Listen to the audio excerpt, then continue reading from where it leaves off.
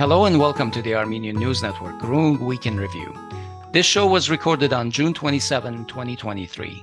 I'm Asbed Bedrossian, and I'm together here with Hovik Manucharyan.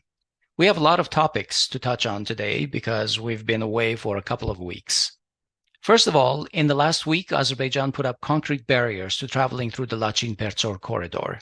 We'll talk about that and what may have prompted it. Then 2 weeks ago, Erdogan paid his first very in-your-face visit as the re-elected president of Turkey to Azerbaijan. How is it then the Pashinyan government continues to expect quote-unquote normalized ties with Turkey? Also 2 weeks ago, at a CSTO meeting, Belarus President Lukashenko called Armenian demands from the CSTO justified. Is this something or is it nothing? Then we'll talk about how in the past few days, Russian President Putin defused the Wagnerian opera threatening his rule. Meanwhile, Pashinyan has been giving testimony in Parliament about the 44-day war. Is this a real testimony or a PR stunt, given that the War Commission is made up of all his people?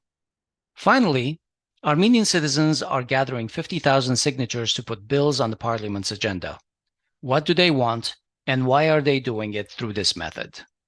To talk about these issues, we have with us Tevan Poghosyan, who is president of the International Center for Human Development.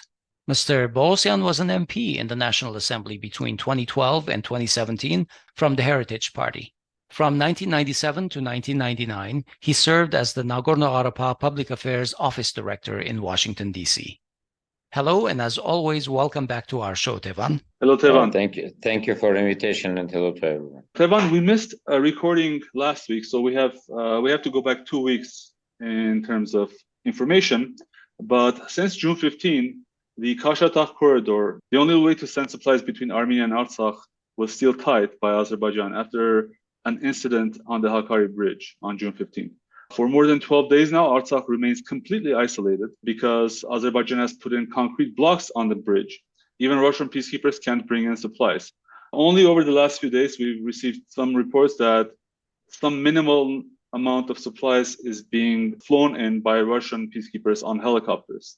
So just to give a little bit more detail for our listeners, on June 15th, Azerbaijanis were trying to plant a flag on the side of the Hakari bridge that is closest to Armenia, and Armenian forces shot at the Azerbaijanis, who apparently were escorted by Russian peacekeepers. The Armenian MFA later explained that the demarcation and delimitation process is not done and appeared to make claims on that spot where the Azerbaijanis were essentially trying to plant a flag. Azerbaijan then used this as a pretext to completely close the corridor, erecting concrete barriers and so forth. And to this day, traffic is basically completely halted. There are many questions to me. What is the purpose of Azerbaijan's actions, number one? And number two, actually equally important for me, is what is the purpose of Armenians shooting on that side of the bridge? Because there are many reasons, but Pashinyan says he accepts the 1975 maps. I've looked at multiple 1975 maps, and on all of those, that portion of the Hakari bridge is on the Azerbaijani side. In fact, the entire Hakari River, almost in all its segments, is on the Azerbaijani side. So why did Armenia shoot, and why did Azerbaijan then escalate, and even, it seems, apparently is preventing the Russian peacekeepers from supplying themselves as well? Yes, I think, first of all, we need to understand we're living in a two-way processes. One of them is what is Azerbaijan is doing. It has its own plans, it has its own dreams, it has its own style, and it's just living with that and implementing it. And there is, I think, a separate life of Armenian ruling party, over which that they wish to sign something, over which they would say that, see, like, this is Republic of Armenia, and let's forget about Artsakh. That the third Armenian Republic, which has been proclaimed by the Independence Declaration in 90s, and then in 1991 there was a process of the independence referenda and the whole use of processes, which we used to call the Third Armenian Republic. It has one very main pillar. That pillar was Artsakh issue.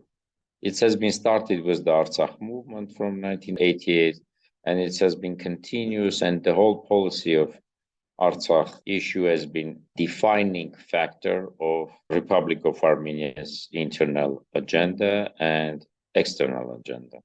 I think what is today's ruling party is really trying to do, to kill the Third Republic.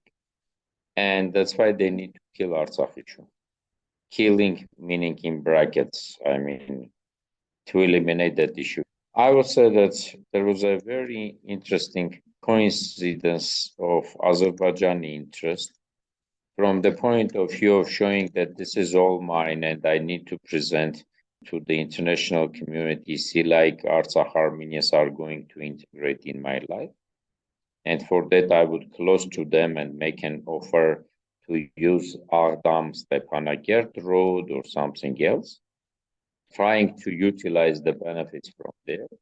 And for the Armenian ruling government, it would be see like the road is closed and we cannot do anything and something like this. That's why Artsakh is a problem. But the issue of the shooting has been presented to the way that like it has been our territory or something like this, which what is the fun by which maps is demarcation or delimitation is now taking place when the committees are not agreed and not decided. That's why I think there is one very important issue that both sides trying to go with them and try to put a bit tough situation on Russian peacekeepers with the Russian image. I do believe that Azerbaijan says that, guys, we agreed with the Armenian side that we can put the flag, just escort us. Perfectly knows that Armenia will be shooting there.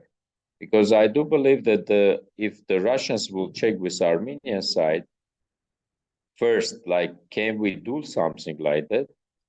If Armenians are really going to shoot, they would say that not do that.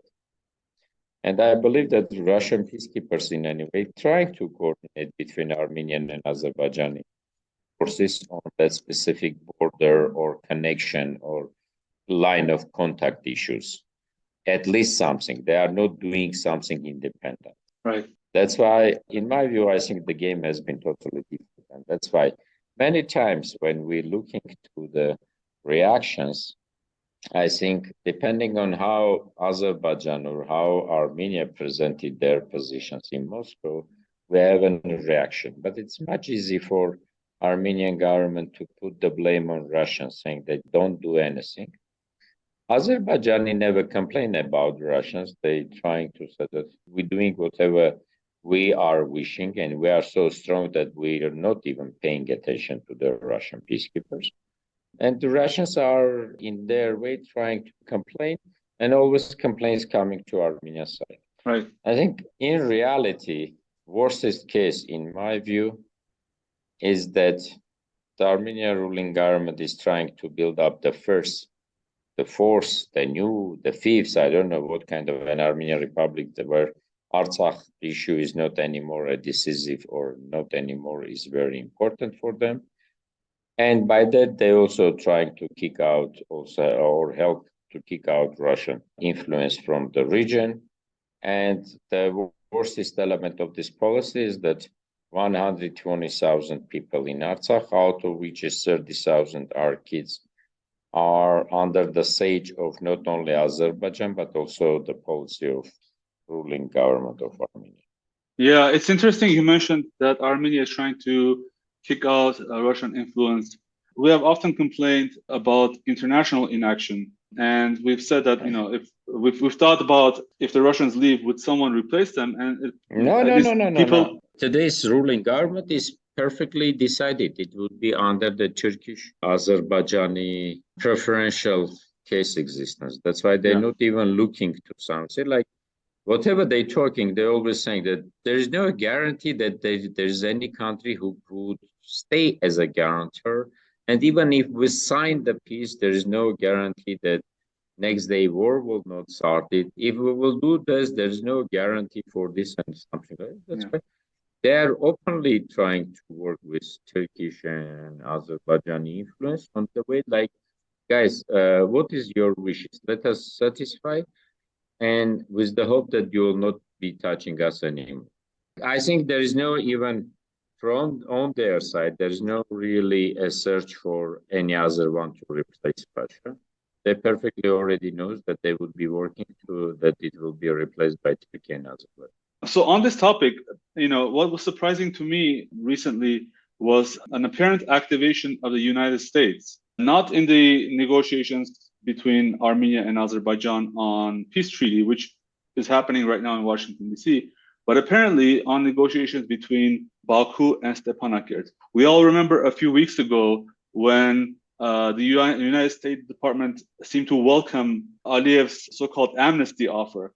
But the only amnesty, if you read Aliyev's text, it was all threats against Armenians, saying, if you want to survive, if you want to live here, then you better surrender, and then only then we'll consider amnesty. And then, U.S. State Department says, oh, we welcome amnesty offered by Aliyev. And then recently, there was probably widespread media reports that the U.S. is essentially trying to replace Russia as a mediator between Baku and Stepanakert directly. Well, Russian media actually reported that the United States was even using the prospect of force against, like Azerbaijan is using force against Artsakh in order to entice them to come to the negotiation table with Baku under United States mediation. How realistic do you think that scenario is? Is the U.S. really interested in mediating between Baku and Stepanakert? And what would be the agenda? Would the U.S., for instance, be willing to commit forces? Would the U.S. be willing to support some kind of autonomy for Artsakh?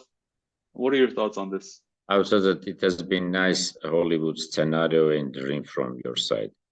In reality, I know one thing in the world. United States of America is only interested in the interest of United States. In our region, interest of United States of America to have kick out Russia from the whole region and have an influence over the oil and gas transportation routes. Now, out of this, I'm taking what should do United States that the Russian element of influence within the system of so-called, let me say, democratic values will be zero. Democratic values, I mean here, like humanitarian crisis or genocidal policy of Azerbaijan and so on. That's why they're trying to say that, okay, to kick out there, we need to say that Stepanakert and Azerbaijan is talking with each other. Then there's no need for peacekeepers. That's why as long as the Karabakh standing for its independence and for its right for the self-determination, there is confrontation between Artsakh and Azerbaijan, and that there is always need for someone to be present to preserve the peace. Someone who is able to be in the region and preserve that peace, good or bad, still down by position of Russia. That's why United States is interested only in this part of taking out. Now, if something better than just simply integration and picking up the passports took place, and for example, Azerbaijan would say that, okay, we give an amnesty to Pashinyan, but not to other military commanders, then it's good for a United States. They would say that we get something. There is one case of amnesty that we reach. Right. But they're not interested, because if they would be interested, it wouldn't be only simply hearings in the Congress. United States make a decision by the Congress that they need to provide humanitarian aid to Artsakh Republic. That decision should be also implemented in 2023. Starting from January 1st till today, how many times U.S. humanitarian aid fundings reach people in Artsakh? Zero. Now, Congress is looking to them and not calling to USAID and saying how you will get it. One time they done, and what they said is, there are some refugees from Artsakh in Armenia. We provided them. That has been United States funding for the humanitarian aid in Yerevan or for humanitarian support in Stepanakert or in other Artsakh spots. Now, if they're saying that there are refugees whom they say help, Are they accepting that these people as a refugee or as a people in the status like refugee? Because see, like they saying like refugee, but in the paper, it's in a way written that they are not refugee at all. And I think if a US Armenian community really trying to support, to raise these issues, they need to really chase their congressmen to demand from the US government to really show us the stuff. Say that, guys, if you voted for something, if you make a decision, why it's not implemented? We perfectly understand that gas and oil would be much higher than energy. And guys, if we're accepting it, let's not just simply go with the Hollywood very nice points. Blinken would be perfectly liking to see Armenian and Azerbaijani acting foreign ministers, not only 1 day, 2 days times, 3 days times, 4 days times, because they perfectly knows how to utilize each meeting for the promotion of their interest. They're putting pressure on the international community, saying that we are much better deal makers than the Russia. Their real interest is about taking out Russia, not the 100,000 people living in Karabakh who don't have the water, who don't have the electricity, who don't have the gas and something. Just don't tell me that US is afraid of Azerbaijan to send there some group of Marines and planes and flights trying to really help not allow humanitarian crisis took place. So just to understand you crystal clear, SEAL Team 6 won't be visiting Artsakh anytime soon. It would never would go there. Even 120,000 people will be killed openly by and it would be showed or shooted by CNN camera.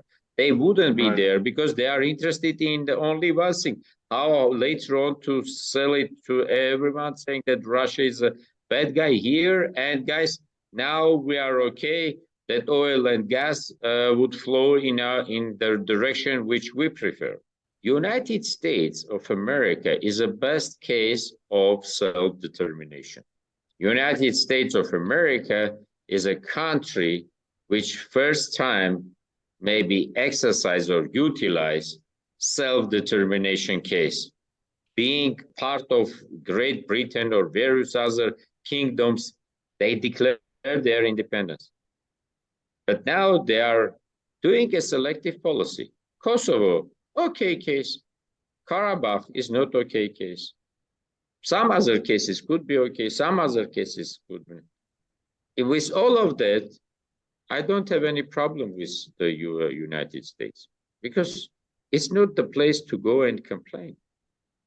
I need to complain only with my ruling government by having and perfectly understanding this policy, why they are playing the other games and not playing Armenian game. Let's turn to a couple of weeks ago when Erdogan paid his first visit for his third term as president of Turkey to Azerbaijan. In a sense, the message he sent to Armenia is that Turkish business as usual will continue and get tougher. For example, he mentioned that Turkey is going to establish a consulate in Shushi. As we know, this is not the most accessible or centrally located site in Azerbaijan, but it is a total in-your-face for Armenia. Erdogan also shuffled his entire cabinet after his election. His intel chief, Hakan Fidan, is now his foreign minister, and his former presidential spokesperson, Ibrahim Kalin, is now his intel chief. Both of them accompanied him to Azerbaijan. Fidan is an ethnic Kurd, and his doctoral thesis had to do with the Armenian question, as they call the Armenian cause. So these are people, let's say, who have had a lifelong passion dealing with Armenians in Turkey's obsession with denial. So all this in background, just yesterday, Rupen Rupinian, who is the special rep to the Turkish-Armenian normalization process, again talked about Armenia completing work on the Marmara Bridge and said that he hopes that the Turkish-Armenian border will open.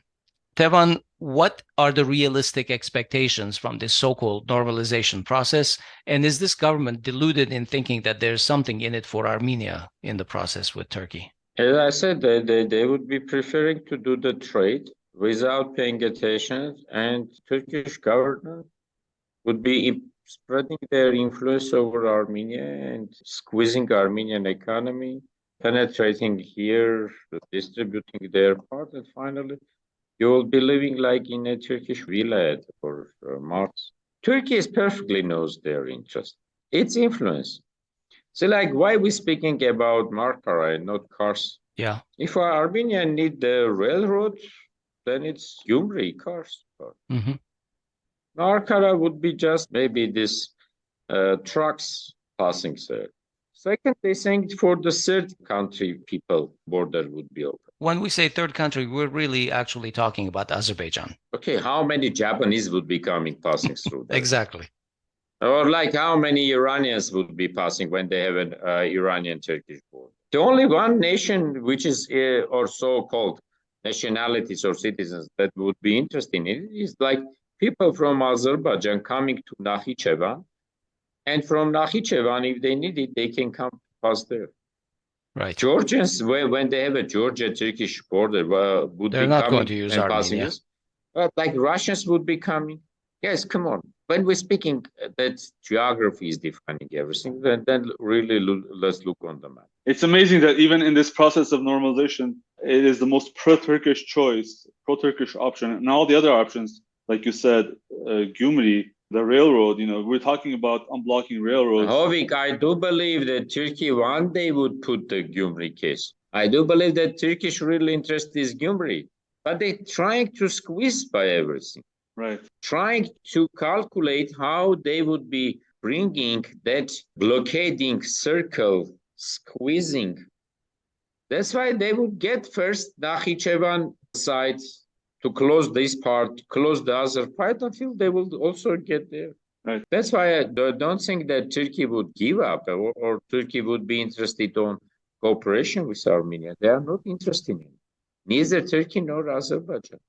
Guys, I don't know how to explain to any Armenian that there is no any more logical. World will not allow. Russia will not allow. US will not allow. EU will not allow or something. No, guys. Azerbaijan said it. I'm interested in taking even Yerevan, how he is called. Okay, let me take a contrarian stance, which many of the supporters of Pashinyan government say.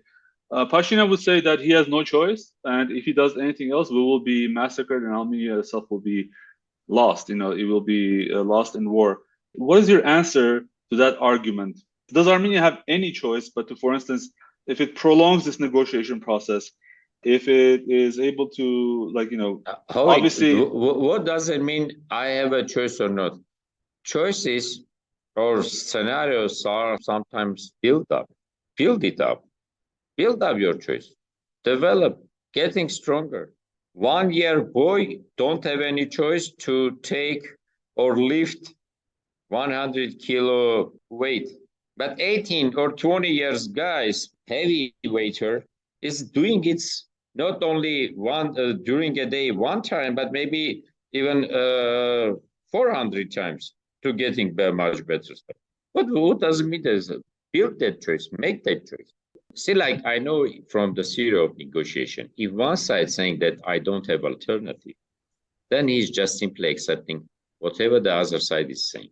Right. Because if I am coming to the table of negotiation with the logic that's saying that I don't have alternative, it's mean I just there to sign or to listen or to get instruction of the other side what to do. In other way, before getting to that table, I'm building up my alternatives. I'm beating up my batna. I'm creating it. I'm constructing something.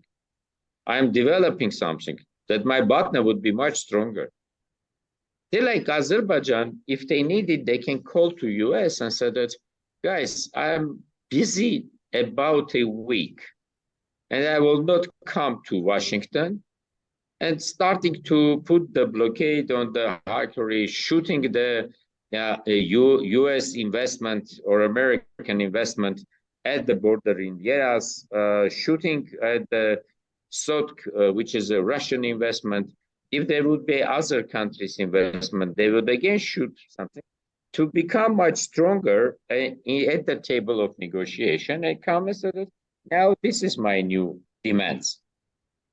How many times we really build up our badness during that week when Azerbaijan has been rejected? Even today they're shooting. Two ministers now sitting in Washington discussing with something. Just 4 or 3 hours ago, Azerbaijan used mines shelling at the Artsakh villages. Mortars in Martakert. In Martakert. Also today, they have been 2 times shooting at Yeras places. At that point when negotiation is going on. And at the point when someone is speaking and presenting another story of lies in the Armenian parliament, trying to say that it's not me, it's others. Well, the Nakhin stole his batna. Ultimately, also, when Pashinyan says that we have no alternative, we have to accept this or that, to me, it always sounds like he has no alternative solutions. And when a leadership doesn't have any other solutions and they can't solve a problem, they should just resign and let other people come to power and find solutions. Asbed, you're speaking about democracy, but now you're talking about Armenia. Where is Armenia? Where is democracy? First and second, are you sure that he's just not simply manipulating with this? Right. Because this is his preference. This is his preference. But how to present to nation? Saying that, oh, sorry, I don't have any alternative. Whatever you is planning as a scenario, you're talking about the value system which calling democracy. But you are in Armenia, sorry. Okay. Tevan, last week there was a meeting of foreign ministers of the CSTO in Minsk. Belarus President Lukashenko addressed the foreign ministers. And in one comment, he noted that the gripes against the CSTO by member states such as Armenia and Tajikistan are justified. We don't need to rehash the history of the CSTO-Armenia relations of the past year. Let's just say it's been full of acrimony on the part of Armenia and a lot of nothing on the part of the CSTO. And as Lukashenko is a close ally of Putin, the comments were a bit of a surprise, at least to me. Has the press overanalyzed a passing comment by Lukashenko, or do you think that there are hints of a shifting strategy on the part of Russia, mostly, and Belarus regarding these CSTO deployments and involvements? This is just another point of view to saying that we still exist and will be trying to do.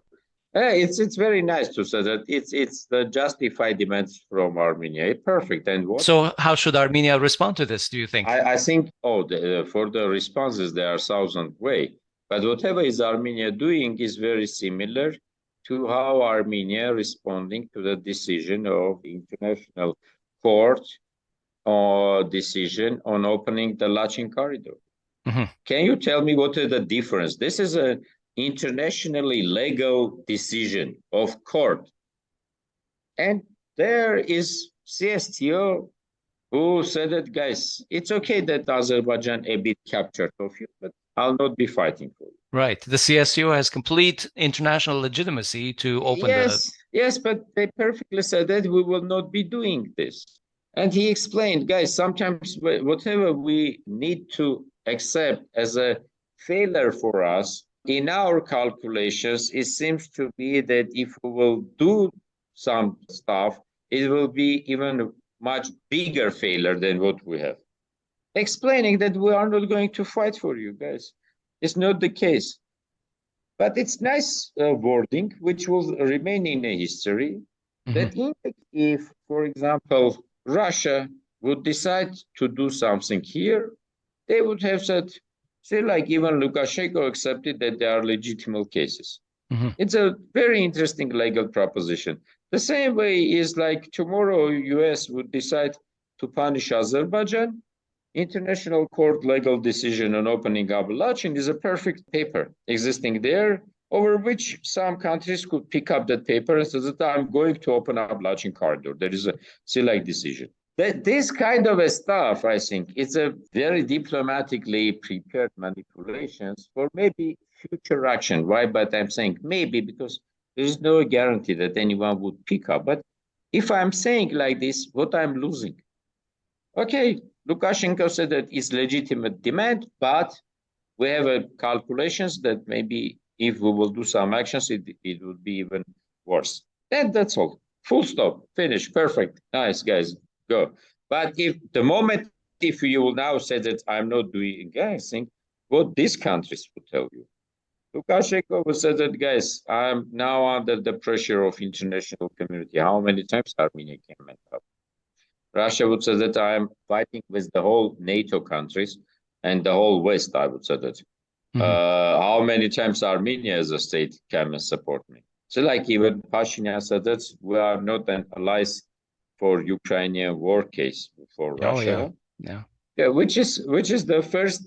Maybe it's nice to international community, but it's really worse for our ally because what you give to Russian side is that would say that guys, I'm not an ally for you over the war with Azerbaijan or Turkey anymore. So, Tevan, given the conflict you just mentioned in Ukraine and also what's going on in Russia itself, do you think Russia has the resources or the attention span at the present to deal with Armenia's problems in the South Caucasus? Not maybe with the bigger scale, but definitely they're here. Russian militaries or peacekeepers are in Karabakh. Russian military base in Gyumri. Russia is still taking Armenian-Turkish border coordination, and it's about 3,000 soldiers. Now, has Armenia 3,000 additional soldiers if Russia tomorrow would leave? If not, then means that Russia is doing something. Russia increased its soldiers on the border with Azerbaijan and Armenia in Syunik and in Gerarkunik, which meaning that Russia is doing its minimum, which maybe it's not the best one for them, but at least they do. The same way as the US, maybe it's not the best for US because immediately Russia is still here, but what they're doing, their ambassador is traveling to the regions, going to the borders, taking the field photos, doing something, spending $10 million for the media or I don't know, blah, blah, blah, so-called democratic something. Paying for some judicial reform, and you even now better knows what's going on with our judiciary or investigative institutions, and so on. Right. The same with the EU. There's an additional money for EU to send some people to travel, drive the road, do something. But whenever we've been asking EU for money for helping refugees from Artsakh, they said that it's not enough money.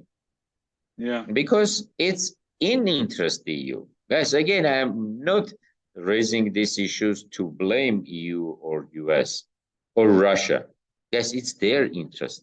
They would go for their interest in a way as my real problem.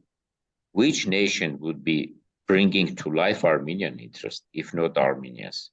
Which country's government would be doing? Guys, we need to learn that good or bad in the world, we like to say we take 10 million. Okay, I don't know, maybe 6 million political nation.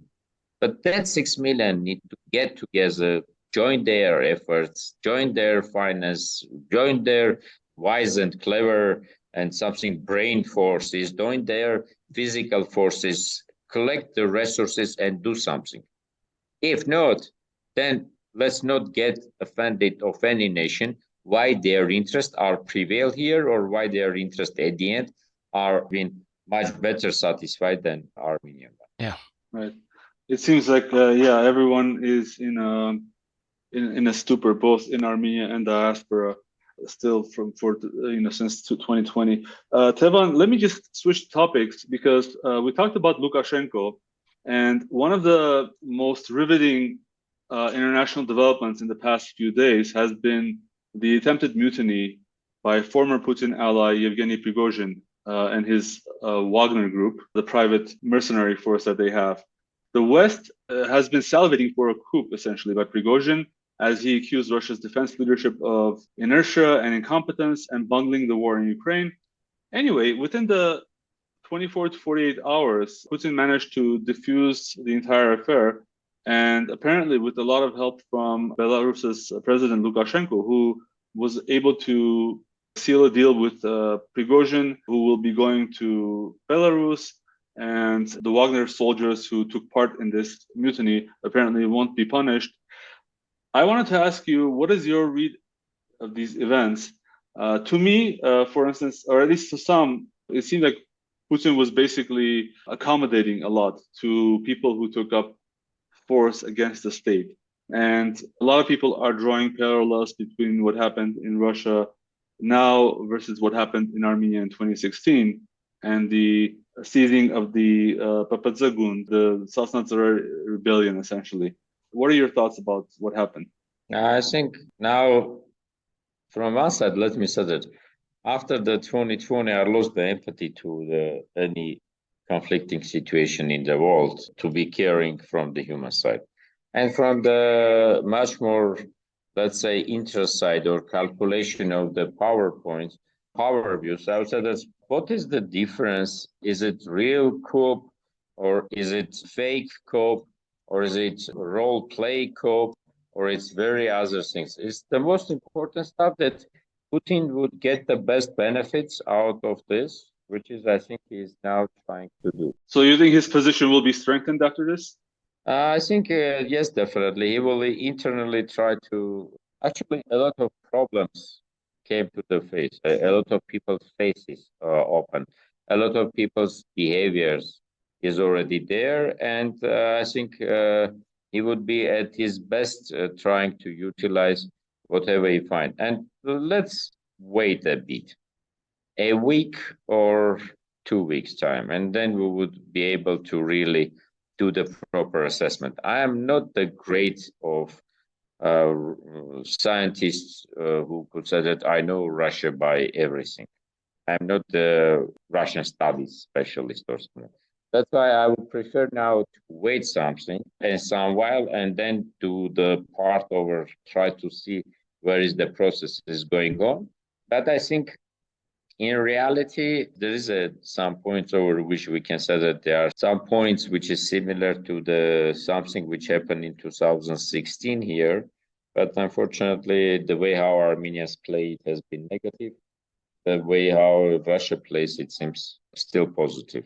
But the life will show. And of course, we also have the example of Turkey, where Erdogan used this coup against him to dramatically consolidate his power and essentially become a dictator in Turkey. So, yeah, it'll be interesting. You mean in 2016, right? Yes. Yeah, again in 2016. Yeah, I think all that parts would be really very, very soon coming to the real culmination of interest. But whatever I'm saying, that's like saying that the Western countries warned Ukraine not to try to think that something bad in Russia happening and let's utilize that situation. Meaning that all some strong countries having their internal surveillance or internal intelligence perfectly understanding that it's not just simply so easy picture as it has been presented by media. So how can instability in Russia, like the one we've seen in the last few days, affect Armenia and in the South Caucasus in general? Only negative side, because it wouldn't be affecting Armenia internally, it will be affecting Armenia externally. Mm-hmm.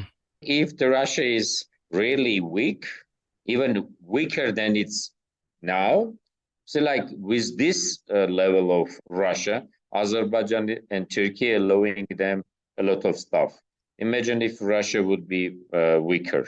They would just simply not pay attention to anything in the region and they would drive the tanks. We saw, or actually physically, three of us haven't been seeing that, but we read in the book histories something which has happened in 1970. When the Russian Revolution was there and Russia was really bad, Russian militaries left and Diyarbakir, Tigranakert, Kars and everything just gone. Now it would be very similar, but depending on from where the Russia would be living. Yeah. That's why I don't have anything to present, just my offer. Let's read the books of what's happened in 1917 and after that. And maybe it would be finally first-time lesson for us that we need to take care of our countries. And if we, in this case, is not able to do, imagine if it's Russia would be weaker or will not be here, how it will be really taking care of you. Yeah, definitely. Tevan, on to our next topic. Last week, Pashinyan was in Parliament and gave testimony on the 44-day war to a select all-civil contract war commission. And today, in fact, there is a continuation of it ongoing today. But that's right, guys. I think one of the worst stuff that we're doing, if we will be trying to discuss and comment on all the lies and manipulations that has been presented. I think the issue over these 2 days is the following. Based on your, both of you perfectly knows the life in the countries where is the parliamentary oversight is strong. And scrutiny committee is existing and very well working out and 1,000 times supported and opened the truth. What in future in Armenia we need to develop to build up as such really scrutiny committee that finally one day would be investigating all these issues. But all of the other these 2 days, it has been just simply manipulations over to say that everyone is a cause and I am the only one innocent. That's all. Nothing about as, let's not even discuss all the other issues because it's senseless. Let's not support this manipulation point of view. I know one thing, in the logic of the human beings, there is a famous proverb saying that mistakes which are being created on the one level of thinking cannot be correct with the same level of thinking. That's why the group that has lost the war cannot investigate itself and say that, oh, here is the problems. And that's why now Tevan Bedrossian is a problem and something like this. See, like, but I prefer Girayli Parityan. I will not touch that name. Tevan Bedrossian is enough. I will say that name. But that chief negotiator at that time has been Girayli Parityan with the Azerbaijani side. I will not mention that name. Oh, Robert Kochar, perfect. Karabakh. We need to eliminate Karabakh issue. We need to eliminate Karabakh. We need to eliminate Third Republic. That's why perfect. Robert Kocharan is a problem. But Vartan Oskanyan is a problem. Sarkisyan is a problem. The other was, but no one would be mentioned as they say that, guys, it wasn't been only 6, 7, 10 people is a problem. That's why it's, if next time it would be me, it would be Hovik, it would be Asbed, you, who is the cause, the problem, why you didn't pick up your body and didn't move to Armenia, and why Hovik moved. Well, this was a cause. Maybe Hovik would be much helpful in diaspora, and you here. The most important said that everyone is a problem, everyone is a cause. I'm the only one innocent. That's why let's not even get to discussion of this. Yeah, it's absolutely. senseless. We had, definitely. If you remember, Tevan, on, I believe, July 2021, so almost 2 years ago, in episode 82, we had you with Dr. Simon Sarajan and Arthur Bedrossian. Yes. We talked about how you, as academics, were suggesting an independent method of inquiry into the causes of the 2020 war. You, in fact, warned that if this is investigated in the parliament, there are multiple issues with that. The main one being that the parliament, the guy who is chief of the committee, the standing committee for defense and security, he was the same person during the war. During the war, he had critical role to play in the execution of the war as a legislator, and he's there investigating himself, and he is there investigating a member of the head of his political force. Yeah, it would be very interesting for me. So, like, according to Armenian constitution, in the parliamentary system of government, parliament has a new function, not only lawmaking, but also oversight over lawmaking. Right. Which meaning that during the war, the parliament has a function of oversight. would the parliamentary committee also investigating how the parliamentary committee during the war do the oversight? That's why Makes no sense. Then I'm saying that you coming from you both has a perfect experience of living in US and seeing how the US committees, which has been really for the scrutiny of issues, operating and working. Mm-hmm. Well, we have a different kind of a problem where we have paralysis because the sides cannot work together. Tevan, why isn't the opposition participating in these proceedings? Definitely for the same point, that saying that, guys, how we can, what we will be doing. So like if there will be the issue that, say like in Armenian rule of law or rule of procedures of the National Assembly, there is a logic that sometimes fractions can establish scrutiny committee. And if it's presented by some percentage of people could be there. Whenever there is a committee where opposition is more, or it's issue over which could be the one that, for example, people from the ruling participating who don't have conflict of interest with that issue, you still can think or hope, I don't know, something like this, or pray for something that could be operating. But with this real majority level and something like this, it never would be there. That's why participation there would not be helping to open up. Second, I do believe that even during a war, Pashinyan organized 4 times, I think, National Security Council meetings, over which he said that he invited oppositional and non-parliamentary political forces to participate, to discuss issues. How many times you have believed that the way how Pashinyan is saying what has been there said, and the way how the other side is saying they have been discussing is true. Now, if it's closed meetings, then you never will be doing that. It's again becoming a political manipulation tool. That's why, sorry guys, but even if tomorrow opposition would make a decision to go there, it would not change my mind that it's second, you don't have the all facts. Third, there is always a logic that until there is an investigation issues on criminal cases, you are not going to do the civilian oversight, because thousands of issues could be open or 1,000 issues need to be closed, and you don't have right to pronounce. How you will come and tell me the truth? And if you're not telling me the whole truth, saying half truth, then it's not truth.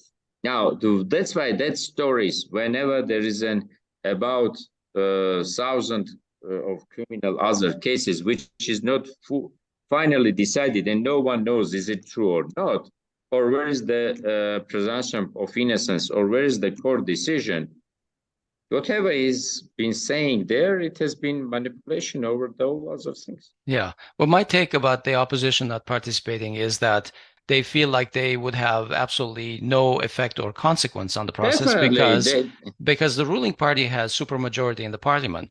But the point I want to make here is that a lot of the problems in the country stem from the fact that there is a supermajority, which is completely undemocratic. I mean, all of Armenia's democracy is undermined by this supermajority, and the opposition is basically neutered because of that. I think we've been discussing, or we have a postcard about this specifically after the elections, that case. I've been member of parliament with the 6 factions, which means 6 political parties have a 5% threshold. For our last parliamentary elections, there was only 2 parties who passed the threshold. Third one has been getting to the parliament with the force of law and not with the votes get it from the public. That's why with this parliament you have that, but who have been electing this parliament? 670 people, or maybe the one with 980,000 people who didn't went from their houses to the precincts and didn't cast their vote. Right. And by that alone, that Pashinyan would be elected. 670,000 people is only 25% of electoral people with the electoral right in Armenia. 25%. It's not majority. It's not even 50. Tevan, that's a very interesting segue into our next question that we had for you. We've complained and we've talked a lot about the fact that basically the civil contract government has an absolute majority in Armenia and is basically putting up a concrete roadblock on anything that the opposition can do. Now, a group of citizens led by some well-known names such as Avetik Chalabian from the Hamaham movement or consolidation movement are introducing a citizen-initiated effort to amend the Armenian law through referendum if necessary. The effort, called Hayaqve, will criminalize the recognition of Artsakh as part of Azerbaijan and also criminalize the denial or diminishing of the significance of the Armenian genocide. For our listeners, I think it's important, if you're an Armenian citizen, maybe this will be interesting to you. The process is as follows. Upon collection of 50,000 signatures, the measure will go to the Armenian Parliamentary. It will be put on the agenda. However, as we've talked before, a civil contract can simply veto the measure. But once the civil contract vetoes or does not approve the measure, then an additional 300,000 signatures can be collected, after which the issue must go to referendum according to the law or according to the interpretation of the law that is being presented to us. We're currently in the 50,000 signature phase of and the movement has complained already that while the CEC, the Central Electoral Commission, led by the Pashinyan loyalists, has approved the measure, various municipalities, like several regions within Yerevan and also outside of Yerevan, have basically refused to provide facilities for this signature collection process. Tevan, you have previously stated, I think in clear terms, that there is no political solution to the situation we have right now, where the Armenian leader, essentially, or de facto leader, or if you accept whether he is democratically elected or not, whatever the case, basically is saying that Artsakh is Azerbaijan. But you recently posted on Facebook that you signed this petition. So can you tell us why it's important to sign this petition and why other Armenian citizens should do this right now? Because it's a chance. It's a chance to prove not only by decision, but it's a chance to raise the voice for the international community, also towards international, that Armenian nation raising towards the international community that I will not accept Artsakh in Azerbaijan. For us, it's not acceptable. And even if you will push that Armenian ruling government will sign something, guys, his signature is not taken care of. I think, first of all, this was a very first mistake, maybe, over which we can talk that why in 1991, when after the Declaration of Independence and all decisions of the National Assembly at the time, that hasn't been criminalized. I do believe that no one at that time would be thinking that there would be ever Armenian who would accept Artsakh in Azerbaijan. But imagine that if you have such a law, then the violation of the law should be in a punishment ideas, how to implement. Now let's correct it with this 2 point of view. But this is a civic initiation, which is really should be done. And I would like that it will go with the civic initiative. From another side, say like next day someone could, even the same government, imagine one minister can say that I am proposing the similar stuff. It's going to the government endorsing is a draft of law, sending to the parliament saying no, and idea is gone. They can manipulate over this. We need to prepare for this kind of a scenario. But I think the most important point, it should be that so many people are not 50,000. It should be from the very beginning about 500,000 people joining. And I think this is the most important part, that was important not only here to show that the policy of ruling government is not accepted by the Armenian nation, but it's also towards the international community to raise that voice that, guys, is not acceptable also your positions. A second point is the chance to show that, guys, if we have a legal provision, why not to make one time in a life to see how it would be working? You know why the local governments are rejecting or something like this? Because first of all, it's first time. And it's much easy to say that I didn't know, I don't know, is it right proposition, is it wrong proposition? You should apply to me or should apply to the Yerevan municipality. You should apply to me or you need to apply to someone else. Let us think, let us go if with something. The real signature collection starting from June 21st until August 16th. Anyone who can electronically join, anyone who can physically come, they need to do it. Because this is a raising voice of joining and doing unity. Without my political ambition, I'm from Dashnak Tutun, I am from Avetik Chalabian group, I am from, I don't know, this or the other one. This is a good point. I actually wanted to ask you to, can I sign this as a diasporan? If you're Armenian citizen, as an Armenian diasporan, can I sign this? If Asbed Bedrossian is a citizen of Republic of Armenia also, yes, you can sign it. Because you need to be citizen of Republic of Armenia, not diasporan. The other things that you as a diasporan, if you know that you have a neighbor near you who is a citizen of Armenia, knock his door. I said that I am as a diasporan, as an Armenian, demand from you, let's put your vote because we, you and me, need to show to the world, need to show to everyone that we are not accepting Artsakh in Azerbaijan. Yeah. This is 2 points very important here, over which I am like that this could really trigger unity to raise our voice to the world, to show it, and also try to show us that as a citizens of this country, we are able to say also we can be together and push for something. Without our political ambitions, there is a very important national cause over which we are united. It could serve as a small first victory over to everyone, and I do believe that it would change. That's why I again don't believe in any political solutions in the situation, but this is a first step. It's a way to apply pressure, additional pressure. Yes, one of the first steps, and that's why I would tell you, like, Asbed, you have stuff to do. Hovik, you have stuff to do. I have stuff to do, and we all need to join our forces to do for this cause. This cause is not making me, I like that one, I don't like this one. I like blue color or I like the red color. Doesn't matter. There should be one cause over me. And that's why I support Hayaqve. I personally also support this idea, but I wanted to ask you, because of this complaint that several municipalities have refused to provide space and resources. They would refuse for a week or 2 weeks. Yeah, as far as I know, my question is, as far as I know, physical collection of signatures right now is not, because it's being denied by some municipalities.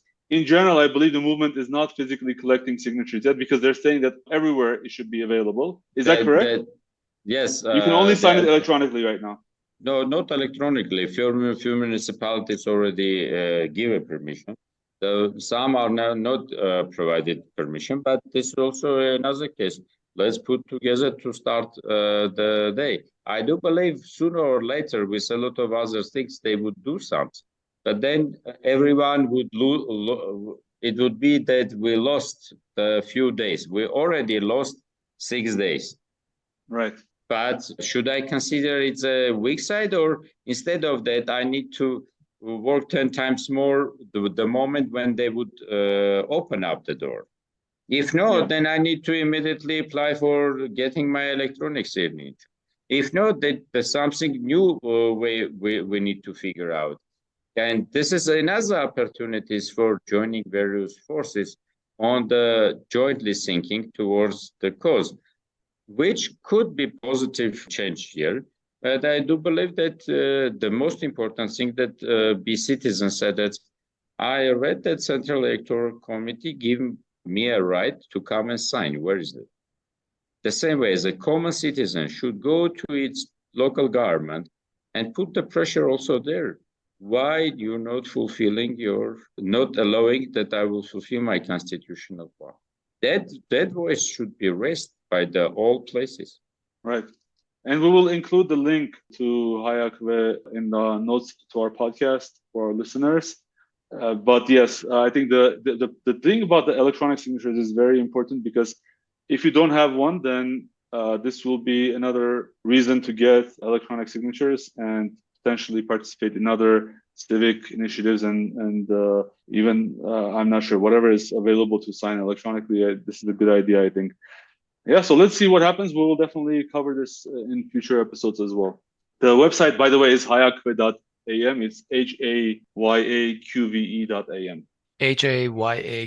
Hayaqve.am. All right, let's wrap up our topics here. I'd like to ask each of you if there's been something on your mind this past week that you would like to talk about. Hovik, why don't you go first today? Well, it's the same thing that we talked a little bit about, where, apparently the Pashinyan government on the only road that supplies Artsakh was able to shoot and injure an Azerbaijani who was trying to plant a flag 10 meters away from where they currently have flags, the border post. But, Pashinyan didn't seem, I don't know what they're doing to suppress firing every day on Yeras. I don't know what they're doing to suppress the daily attacks on Sotk. He declared that the frozen lake of Sev Lake is not worth fighting for, and the mountain Ishkhanasar, which gives the enemy a full view of the Sunnic province almost. Who's going to fight about that? And it was frozen, so we couldn't get to it in time. But 10 meters of territory where Azerbaijanis were apparently planting a flag, which based on 1975 maps, in my opinion, is on the Azerbaijani side. But apparently that was the cause that needed to be escalated. And as a result, for 12 days, that gave a reason for Azerbaijan to close down the road completely. Amazing. Yeah. Tevan, what's on your mind? Artsakh. Do you know which day Artsakh people are under the blockade? You know how it's difficult there, and I would like that every day people in diaspora and in Armenia speak about Artsakh. Speak with the logic of raising that there is a support to support these people. There is an appreciation that these people are now taking this different. There is a sorry for that someone could be living in a warm, nice life conditions where people in Artsakh and kids in Artsakh are in a very, very difficult situation. It's already 197 days. It should be shame on Armenian whole nation that we are not able to do something. And we need to be getting every day ready to repeat the stuff that has been done by our fathers and grandfathers back in 1992, being open that road and connect Artsakh to Mother Armenia. If not, this would be our dream and plans for the future. We'll not be having Armenia at all. That's why whenever you were saying what is in my mind, I have only Artsakh. Because I know that by having Artsakh, we have Armenia. By having Armenia, we have Artsakh also. But I need to say that as of this moment, these people who are living under blockade. And empathy, words of empathies, words of supports, and words of everything, they should be raised, that these people will believe that they are not left, and it's not the voice of Armenia ruling government that Artsakh is not anymore ours, and it's gone, and we are not interested in it. Is high one, but it's ours as an Armenian nation. That we will not forget Artsakh, and Artsakh will be Armenian, and will not going to give up on Artsakh issue. By Hayaqve, by other movement, by other decisions, by other programs, thousands of various other, but every day speak and raise about this. All right, we'll leave it there for today. Thank you, Tevan, for joining us. Thank you, Tevan. Thank you, guys. Thank you for the invitation. That's our show this week. We hope you found it useful. Please follow us on social media. We'll talk to you next week.